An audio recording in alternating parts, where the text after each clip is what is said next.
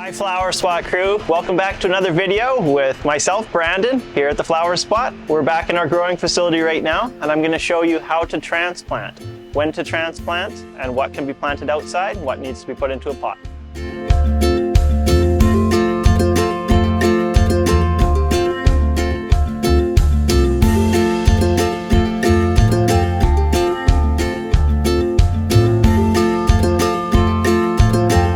Should we transplant? We should transplant our little plants when they're drying out too fast in these little pots, and if we can see the roots poking out the bottom.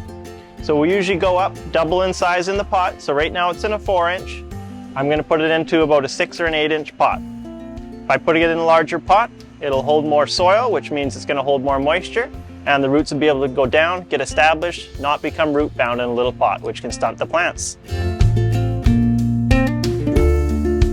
On my left here, I have some tomatoes, some peppers, and some cucumbers. These I'm going to transplant into larger pots because they have to stay inside for a little bit longer before they can be transplanted out in the garden. We want to wait till nighttime temperatures are close to 10 degrees, which will happen once we get into May. On my right here, I have some cold weather veggies like lettuce, kale, cabbage, onions, broccoli, cauliflower. They can be transplanted right into the garden. So I'm going to show you how I would transplant my little pepper here. So use a light and fluffy medium, fill your pots, make an indent with your hands, like this. Squeeze the pot, pulling up on the stem. And just a firm press, not too hard to force it down. Put the tag in there, and make sure you water that in really well. With the smaller plants here, like the cucumbers, they're in a 2-inch pot. I only want to go at most into a 4-inch pot, so no more than double the size of the pot. Squeeze the pot, shake it out.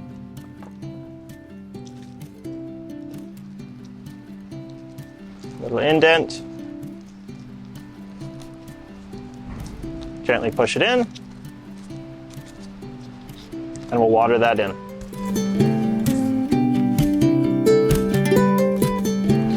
Tomato plants are a little different than peppers and any other plants. Tomatoes can be planted deep, right up to their necks. All these little hairs on the main trunk, if they're buried, they'll produce roots. So to transplant a tomato, put the tomato in first before you put the soil in. Pinch off any lower branches and bury it right up to its neck. This will encourage it to be a more sturdy plant. Won't be tall.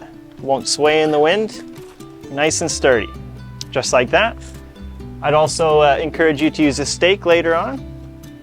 Hold it nice and straight, and a little pinch of tomato and vegetable fertilizer on the surface. Once a month.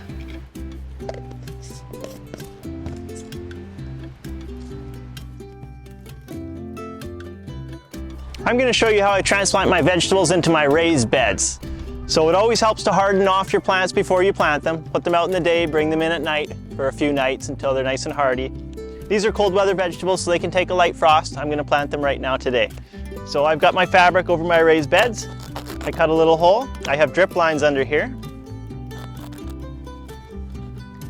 I make a little indentation, and I use a little bit of my transplanter fertilizer, my bone meal. Bone meal is high in phosphorus. Phosphorus is for root production. I put about a teaspoon in the hole, and I immediately put the plant on top of it. You want it touching the roots. So I'd go in a line here, plant all my kales, my cabbages, my onions, my lettuce. After I planted them with the bone meal, I use my tomato and vegetable fertilizer. This is an organic fertilizer. This is a slow release. This will last over a period of a month. Once again, just a little pinch, about a teaspoon around each plant on the top. And that will dissolve down as the drip line gives the plants water or as it rains. It needs to be reapplied about once a month. If you've planted your seedlings into a tray such as this, they're hard plastic. They can be hard to get out of these sometimes. So try and give them a little encouragement with a knife to pop them out of the holes. Then they can be transplanted. Last but not least, you're going to water your little seedlings in. Make sure you water them deep to encourage the roots to go deep down. Avoid shallow waterings. Water deeply, but a little less often. Make sure they're slightly dry in between watering and water them deep. I'm going to turn my drip line on to water all my veggies. If you don't have a drip line, get the hose out, water them lightly, check them, put your finger down an inch in the soil, make sure it's wet. If it's not wet, water again.